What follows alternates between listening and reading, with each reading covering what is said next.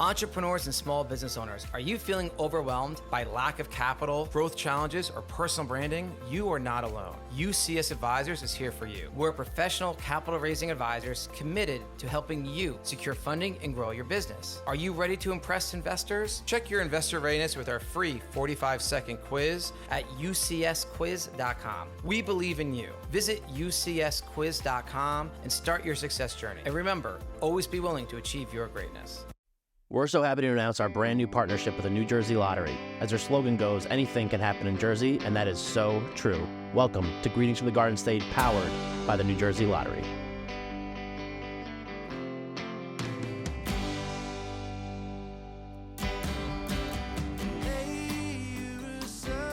All right, what's up, everybody? Welcome back to another episode of Greetings from the Garden State. I'm your host, Mike Ham. We're here in Rumson, New Jersey at Red Horse by David Burke with Chef David Burke. Chef, welcome to the show.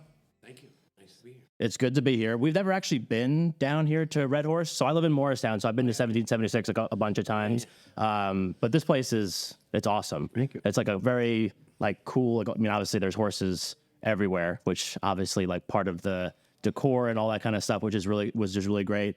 But I'm excited to talk with you and chat with you a little bit. Horsepower, yeah, totally. So you're a Jersey. Good news. We're bringing a red horse to Bernardsville. Oh, okay. In about 2 weeks. My sister actually got married at the Bernards, and Wow. yeah. So before that, but it's a really cool spot. That's at a legendary spot. Also, it's a fitting location for a red horse. Yeah, for sure. No, I definitely agree with that. And you're a Jersey guy too, right? Yes. Are you from down this area? Hazlitt. Hazlitt, yeah, I grew up. Hazlitt's about 8 miles north, 10 miles north of here. Yeah. Or west, east. I don't know. And I worked here in high school. Really? It was called the Fromagerie Restaurant. I worked here before I went to culinary school. It was the best restaurant, let's say in the top 3 in New Jersey. Sure. In the 70s and into the 80s. Yeah. What was the culinary scene like in the 70s and 80s in Jersey? Because right now I think it's great. I was, I mean, listen, I was a young kid. I was just going to school. Yeah.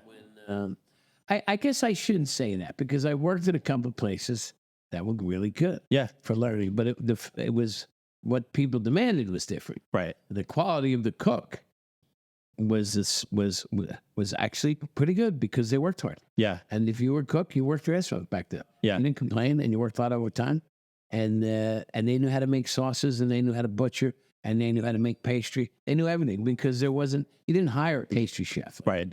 Yeah. There weren't as many, a lot of Italian. There was a lot of, I worked at a hotel, speaking of concerts, but that was a hotel where all the people that played at PNC would stay. Yeah. And in Homedale, it was pretty good. Food was great. When I look back, I'm like, the food was great. Yeah. And the food, and then I worked at a country club, Navison Country Club. Food was great. And here, the food was great.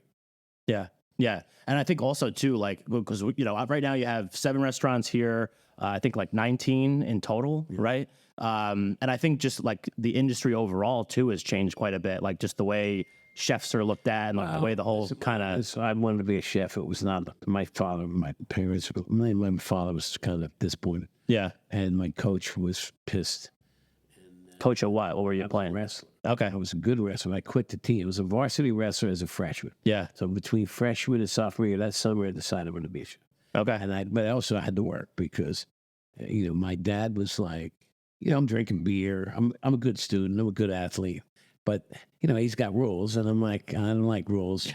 And he's like, well, if I tell you to be home at a certain time and you can't be drinking beer when you're 16. And I'm like, well, everybody does. It's kind of like and he goes, well, besides, because we kept fighting. Yeah. And he says, I'll tell you what, you want to be an adult, you pay rent, $60 a week rent, and you come home when you want. You can drink beer, don't come home, and make sure you still get A's. And I'm like, done. Yeah. That's what we did. Yeah. $60 a week. He put it toward my college. But, it was a fair deal. Right.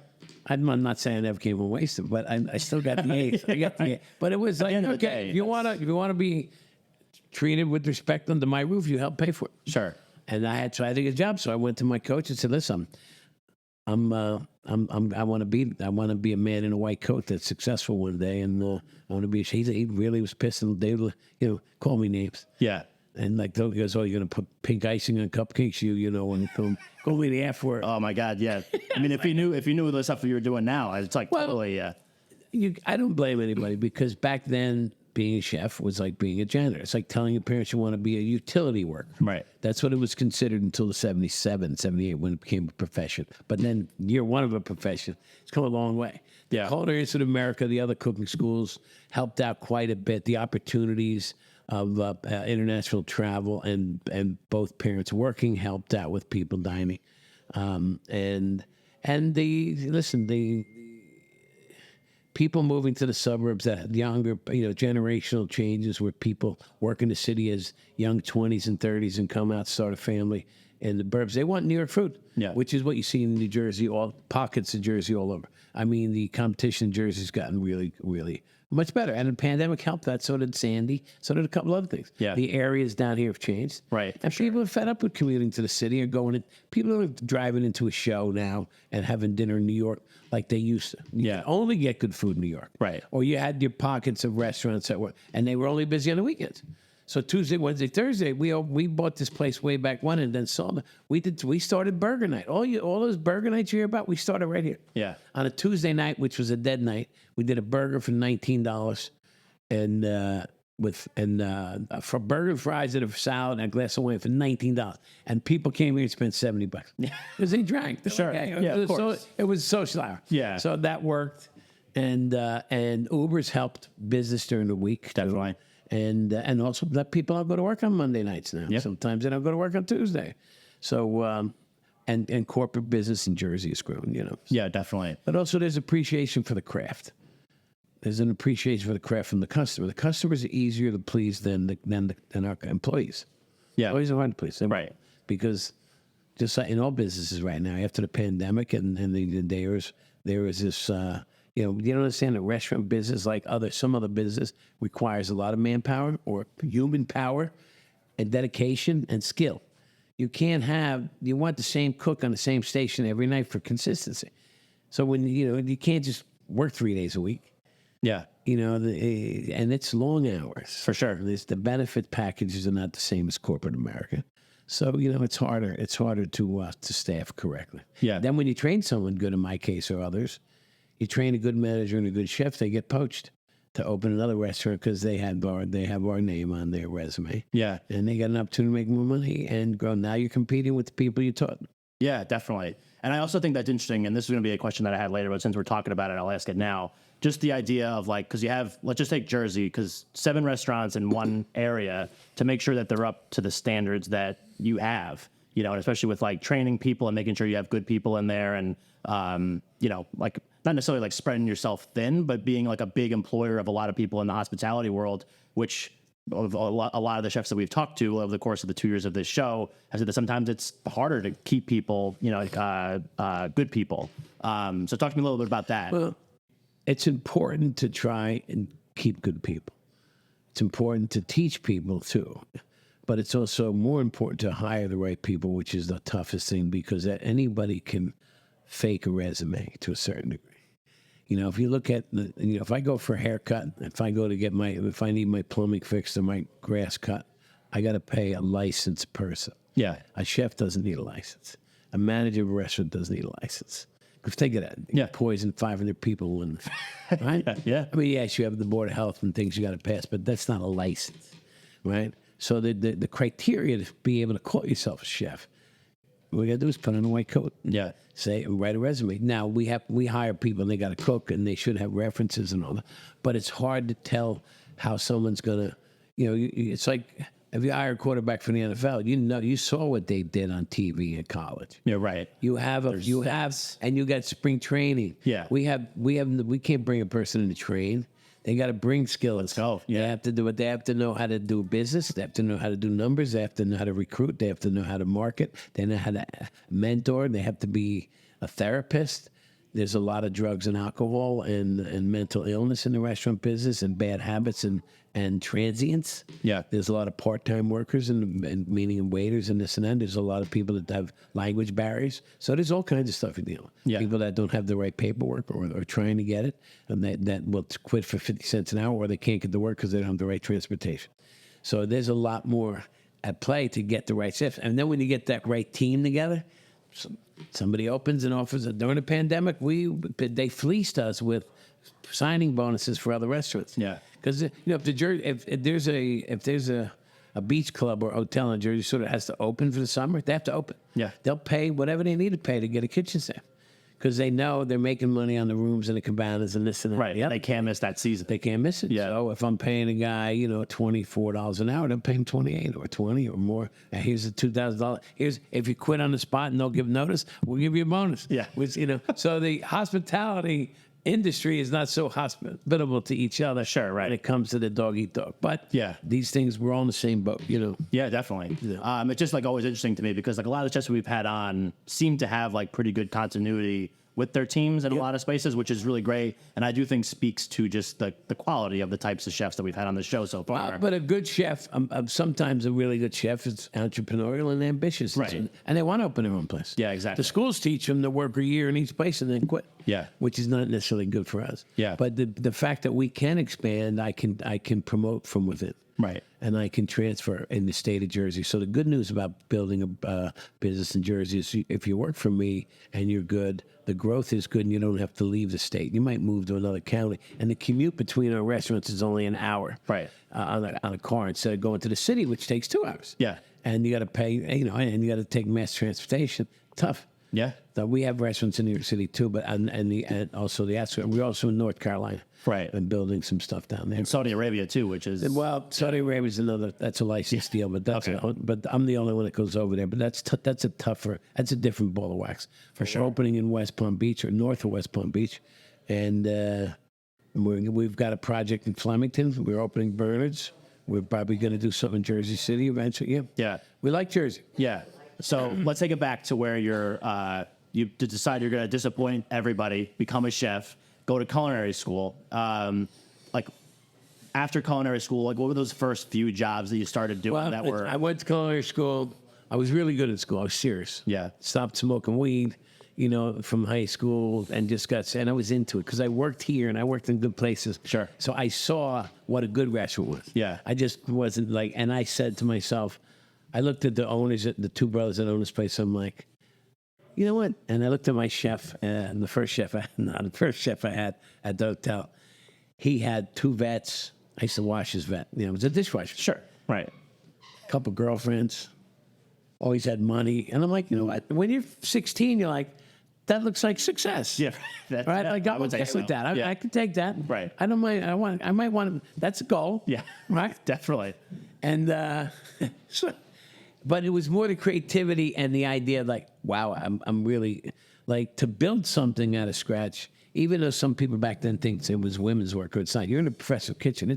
It's like being in the Marines, man. Yeah. Yeah, I mean, you're not necessarily with the yes or no, sir, but the work ethic, you get up and you go. Now, you don't, whether you're hungover, you're not, you're coming in, there's no understudy. Right. You got to be there, man, and your team depends on you. And that loyalty used to exist, not so much then. Now, the wife gets pregnant, you take off for 6 weeks. Right. Now, what do? We have to hire somebody. We're not a huge corporation. We can't shift that work to somebody else's desk. Yeah. We have to go hire somebody else. Yeah, and start with that, and the consistency drops. Yeah. So you have to. So with a bigger group, we can transfer people back and forth. So I always have to have a bullpen. We have people on the bench. We have that we can play. That's my insurance. Otherwise, I can't. I got to play defense on offense, and I'm an offensive player. For sure. You know what I mean? Yeah. So I went to school. I did an internship in Dallas. Then I got recommended by one of my instructors for a job in Norway. Now they offered me a job in Norway, and I'm like, you know what? Norway's not known for food, but the reason being, I'm a good cook already. They want me to cook in their house, the richest man family in Norway. I get to Europe, bingo, got my passport. And now I travel all over Europe after my 3 months of cooking for them at the estate. Prince Charles on a helicopter, big money. Yeah. And I'm like, I have no idea. I'm just a kid from Jersey trying to cook. And then I go down, I take the train passes into Sweden, Denmark, Germany, Italy, France, Holland.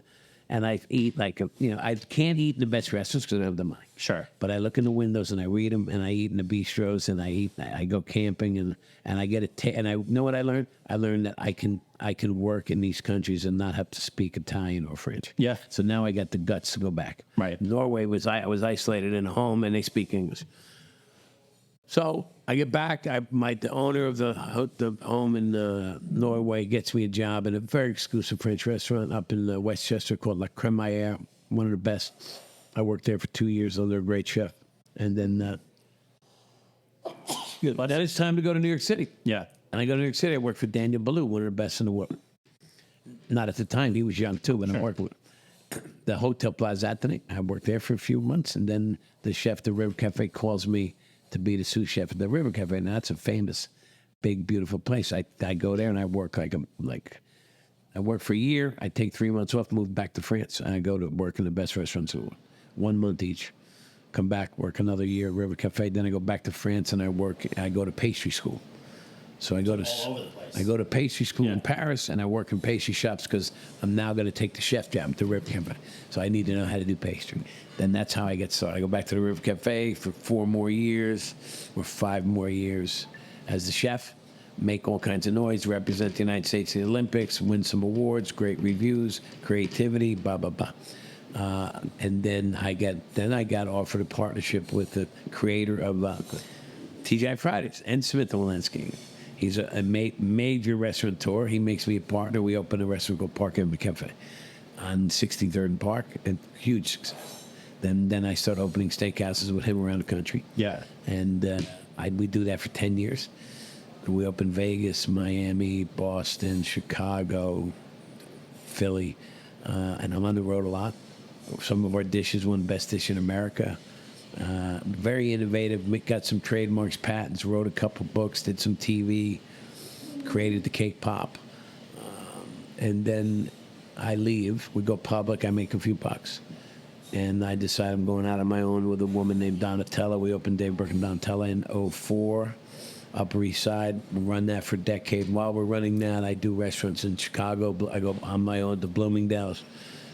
We buy the original fromagerie here.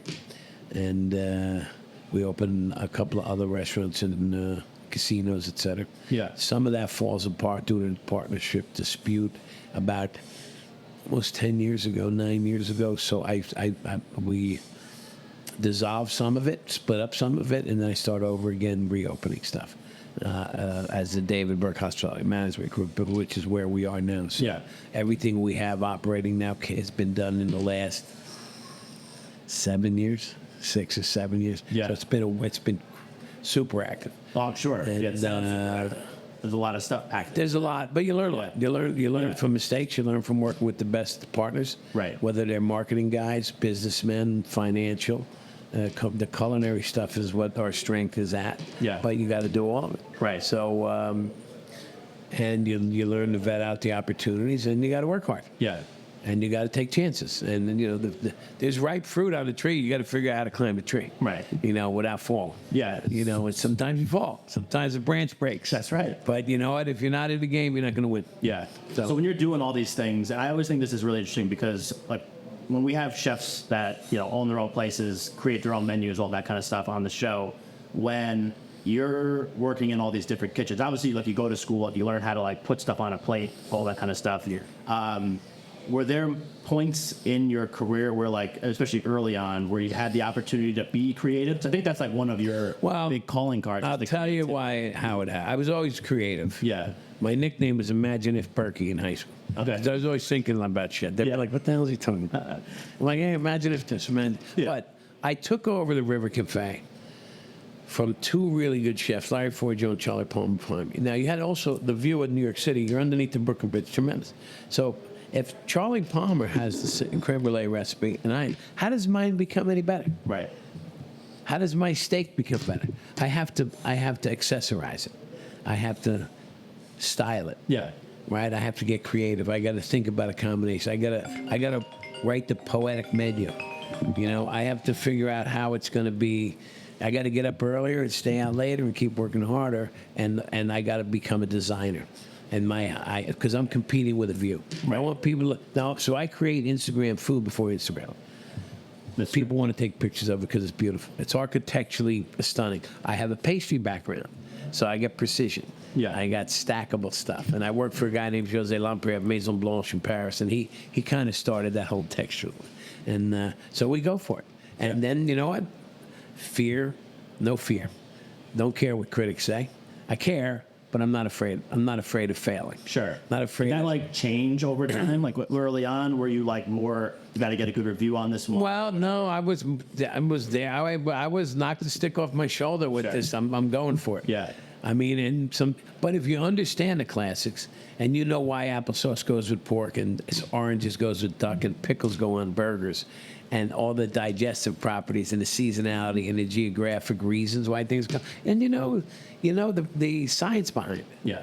And then you can say, okay, if mustard's served on a hot dog, how come mustard's on a hot dog, not a hamburger? Right? Yeah. They don't teach you that in school. You got to figure it out. Right. You know, and then you start thinking that way. Like, well, why would this go with this, and start connecting dots? After a while, your brain is a computer with food.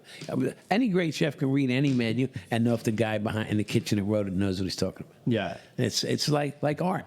Right. Or the way I can see a dish. I was at an event last night in D.C. honoring a really great chef. There's very few chefs that you could see a picture of their food on the cover of a magazine, and I could say, that's Jean-Louis Paladin, that's Michel Richard, or that's a David Burke dish.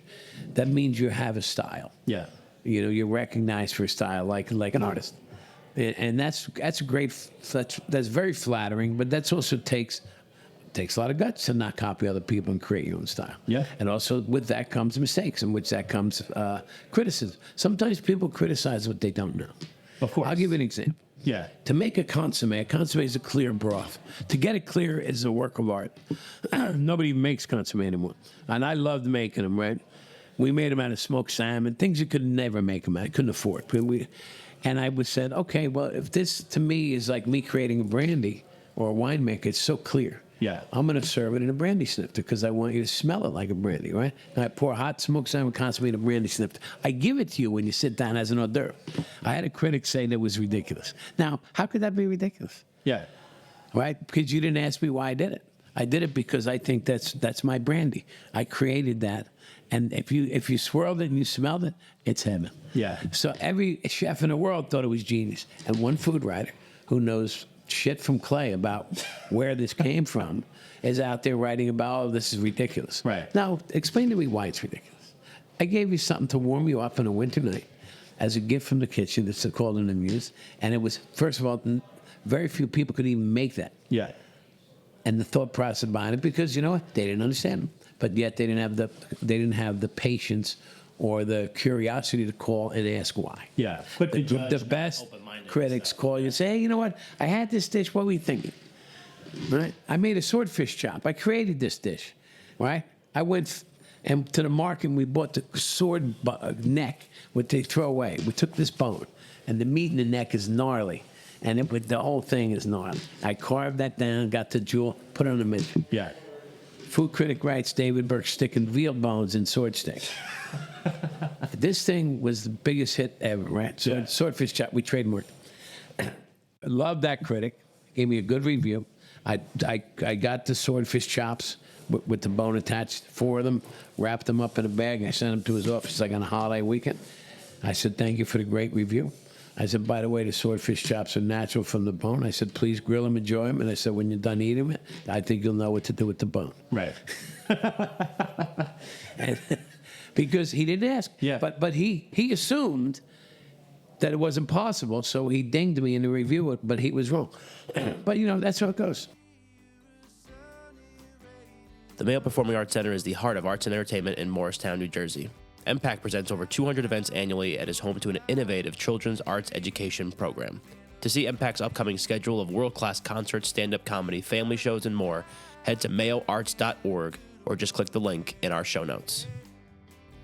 Want to give your guests something they'll talk about for years? OMG Tarot delivers spot-on tarot card readings that will make your next birthday party, holiday party, team lunch, or girls' night unforgettable. To learn more, visit omgtarot.com.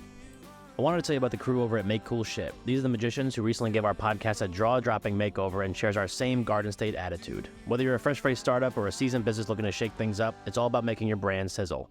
We're not just talking about design, we're talking about a partnership in creating awesomeness, and I can promise you they can make that happen.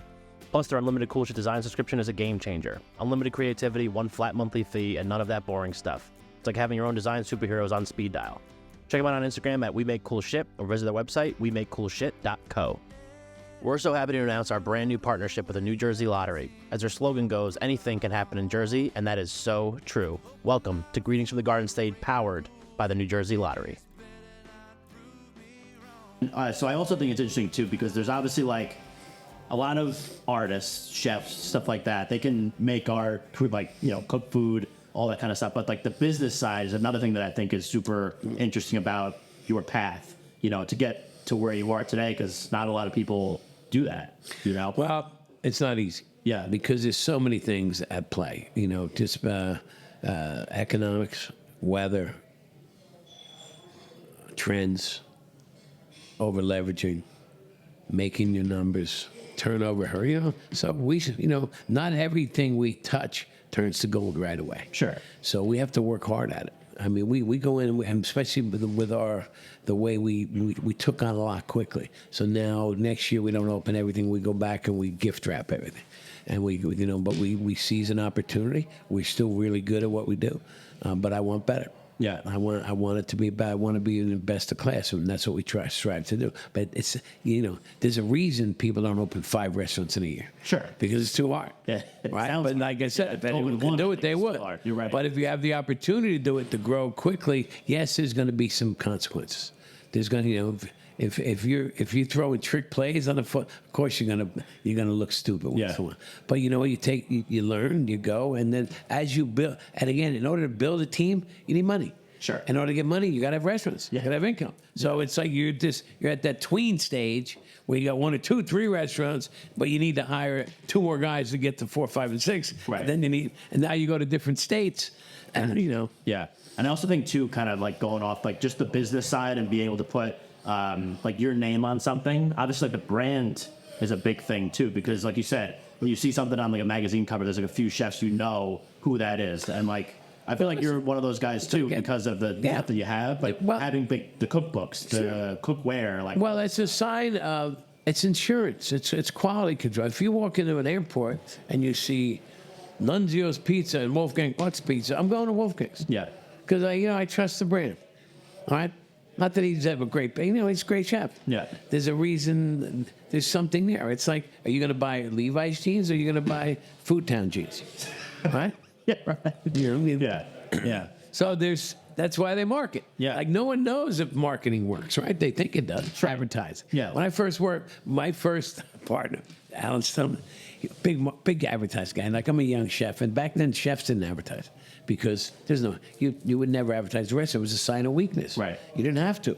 You know, the food critics did all the advertising for you. So he says, I want to do an ad for Park Ave Cafe. I said, we're busy. We're not. I said, we don't need an ad. We're busy. He goes, yeah, but you know what? I want to get busier. I said, I'm not that comfortable with an ad. I said, he goes, why? I said, well, to me, it's a form of weakness, like you're going out of business. He goes, really? He goes, you ever hear Mercedes-Benz, Tiffany, Yeah. Goldman Sachs? Right. He goes, Nate. I said, yeah. He goes, they advertise. He goes, you think they're going out of business? I said, no. And he goes, there you have it. Yeah. Hey, I said, well, what kind of ad you going to do? He goes, I can't figure it out an ad with you. You're very complicated to advertise. And guess what he came up with? He had me in a straitjacket, in a chef coat, straight jacket with a chef hat. And it was a full-page ad in the New York Times. It cost $40,000. Sure. And the line said, there's a fine line between genius and madness. And that was how he described me, because I was a madman in the kitchen, creating. And then when it hit, it was like, wow, that worked. Yeah. How did that work? Right? And that was like, I got to find that. It was such a good ad. Yeah. But don't ever get in a straitjacket. Let me tell you. Kinda like freaks Oh, you you're out. screwed. Oh, yeah. Yeah. I mean, I can sit in a photo studio. I'm like, Yeah. this is bad news. I mean, I'll take handcuffs before the straitjacket. Yeah. Yeah. So what I also think interesting too, like, so we're talking about the business, kind of like your career, all the stuff leading up to it. I think it is like a really interesting kind of full circle moment, you buying this place. Yeah. And I think, going on, like, this was the first place in Jersey that you bought, or is there another one? Yeah. So what was like that feeling? It's great- that kind of like Listen, where it started. It's a great day. They're all great accomplishments, and you got to nurture them, right? But that was a pleasant day.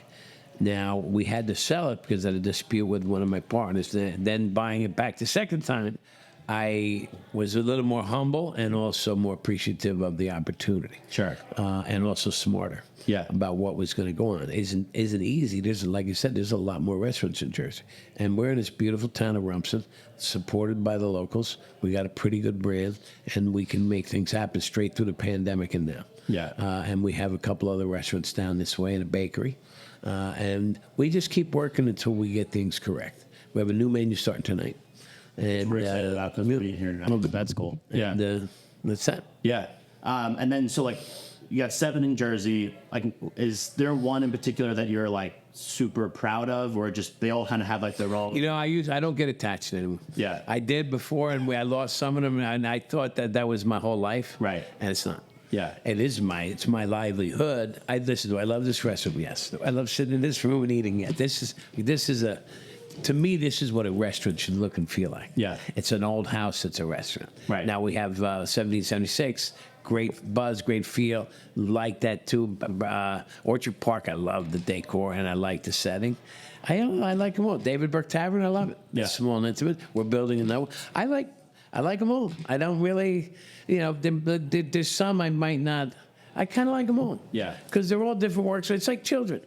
Right? I mean, they're all different. If I get 15 restaurants or 12 or 10, and you get 12 kids, if you have 12 kids, 3 of those kids are going to need special look. Yeah. They're not going to get straight A's. Right. They're not going to they're not going to do as well as the other 10. So those need more attention. Yeah. Something might be off. And that's a pretty good ratio. Sure. So because you can't be at all of them. If I could be at one restaurant every night, I'd have the best restaurant in the state, by far. Because I'm a good cook, a really good cook. And I'm extremely restless, and creative. But it's not I did that already in my career. Sure. Now I'm mentoring and teaching, but what I still like to do, one of the reasons I bought this is I thought I'd be able to be here more. And then all of a sudden the opportunities came to expand, and that's hard to say no to. Of course. You know what I mean? So, Yeah. Because it keeps the other things rolling, like you were saying before. well, everything is expanding. And Yeah. so listen, if you look in New York City of where the celebrity chefs were from 20, 30 years ago, where they're not, there's not a lot left from the old days, the veterans. And I'm a young veteran, so to say, because I started so young. Yeah. But if you look around and you read, the top 20 chefs in New York City 25 years ago, they retire, they move, they get out of the business, they, pass on, whatever it may be. So it's a tough game to be last man standing. Yeah, which is sure. certainly, the good news about that is that you love what you do. Yeah, totally. Did that turn off, Bet? Do you? I had that. All right, thank you. So basically, the other thing that I was curious about is like you talk about how this place, like, you feels like you're in a restaurant, like what a restaurant should feel like. And like we talked about 1776, which is a partner of mine, and I live in Morristown, so it's like right there. But obviously, like, 2 totally different vibes. And I think like that's like a big, interesting part of what you do is that each one of these, they all are very unique, kind of in their own way. They still have like that core, which is you and like your style, like all that kind of Well, stuff. if you look at 1776 and Ventanas and Orchard Park is Ventanas, and Ventanas has a big nightlife, music. It's got a better vibe. Sure. 1776 has a great vibe too, but not as much nightclub feel. Yeah. But still a youthful spirit, people watching, a social restaurant. You can walk from room to room with a drink, people watching, different concepts. Food's good, service is good, a great location.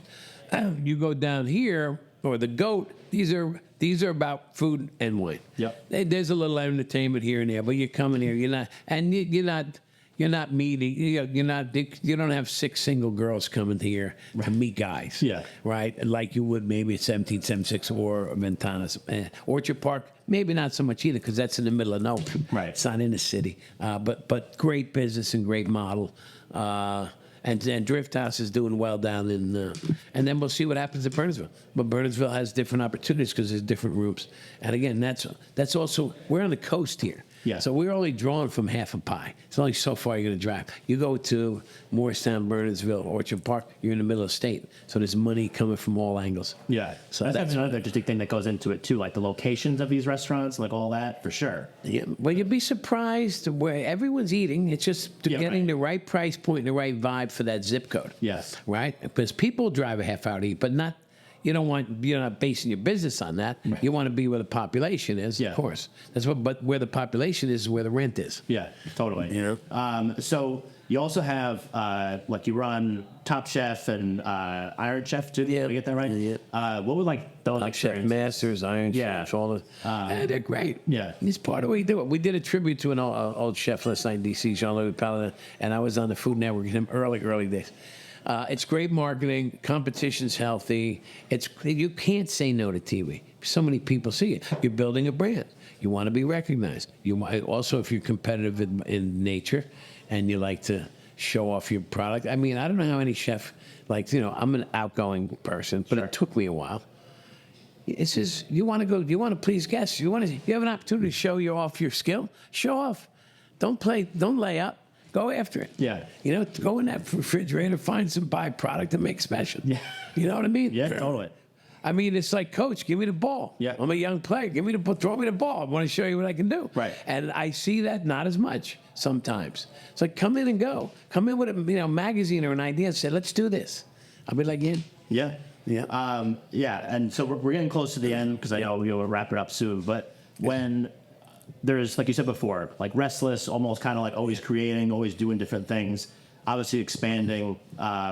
Like, are there more things coming for you? Well, I have more things in the pipeline, yes. I ultimately, one of the reasons we're at the Bernards Inn is a great opportunity, but we want to learn how to run an inn or run the inn. Sure. And that'll put us into running hotels. And that's my goal, is to have a hotel cooking school together somewhere in Jersey where we have rooms for the kids, a block of rooms where the students can stay. And also workforce. Yeah. Like an old apprentice system. They got to do breakfast, lunch, and dinner, banquets, and that becomes the hotel and school. Like a hotel culinary school. Yeah. A hotel restaurant culinary school. And you cater, and you come and stay with us for a year or two, and you're our apprentice. Yeah. And I'd love to see that come together, because the cooking school is never too expensive. You're spending 150, 200 grand to go to culinary college school, and you're coming out of school with a good degree, no doubt. But you have to be really good to go make that money. Yeah. It's not for everyone to come out and the wages now, with food costs so high, the wages in the restaurant business, it's hard to turn that into. You're better off, especially go to law school. It costs you twice as much money, but when you get out, you're making twice as much money. Yeah, right. So I think there's some people can't afford the school. So if we can get the youngsters that can't afford it, you can work. If you're 18, you come work for me for 2 years and go to the school at peanuts of a price, but you're working on a work program with housing. Right. When you get out at 20, you got 2 years of really good experience of the real world stuff. Yeah. Not learning about things that are important but not necessarily useful. Sure. So now we taught you how to be a cook already. So now, and you come out, you don't have debt. Yeah. A little bit of debt, whatever, and you have and we fed you and clothed you for 2 years, right? Because you eat at work. Yeah. And you learned, and you got some pocket change, but you're not facing, and you can stay with us and grow or go somewhere else. So I'd like to see that come too. I got about 12, 15 years to put that place before I blow up my raft and go somewhere. Yeah.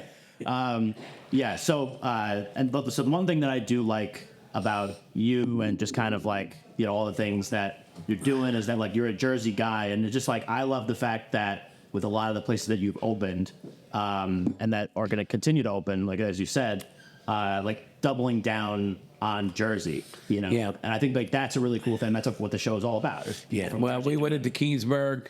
Yeah. Which is an hopefully making strides to becoming a better place to be and live, and it is already. Sure. And we bought an old bakery that was struggling, and we're hitting it pretty okay.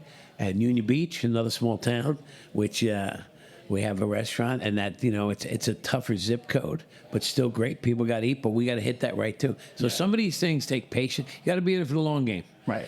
We're not in it for the we want to make money too, but Of course. sometimes you got to hit singles for a little while and tweak things. It's like a new stereo. When I was a kid, I bought the best. I used to always have I buy the best stereo. Yeah. You got 50 knobs on that stereo, right? You got to keep playing with them knobs until you got the right sound. Right. And the restaurant has the same thing. You got lighting, you got music, you got this, you got chairs, you got tabletop, you got waiters, you got acoustics, you got what music do you play, the menu, the wine list, the drinks, hours. There's so many things. The bathrooms, are they clean? Are they looking good? There's so many, the checklist is so long, and you got to get it. And then all of a sudden, that manager leaves and something changes and this and that. You know, so it's a constant work in progress. Yeah. You know, but it's what we do. You know, people in the restaurant business, I hate to say it, but we love drama. I mean, we're problem solvers. You know, if I'm dating someone and there's no drama, I'm like, something wrong here. It's like, I mean, I need to have an argument every once in a while. At least a little discussion. Shake it up a little. Yeah, right. Change the radio on me while I'm in the middle of a Marshall Tucker song. I like.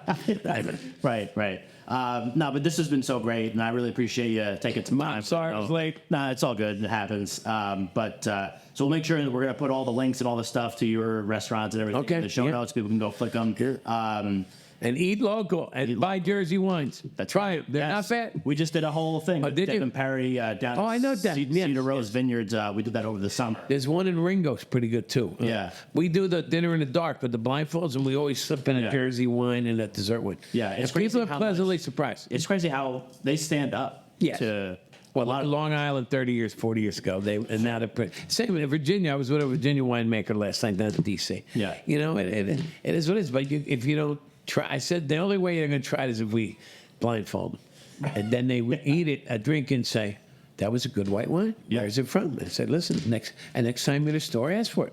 Yeah. And that's how you do it. And Right. Good to see you. Absolutely. Thank you so Enjoy much. dinner. I'll be here tonight. I got to run for an errand. I'll be back. Awesome. Cheers. So, cheers. Thank you so much. All right, but thank you so much, everybody, for listening. This has been the Greens with the Garden State podcast. I'm Mike Kim. We were here in Rumson, New Jersey at Red Horse by David Burke with Chef David Burke. Thank you for listening, and we will catch you next time.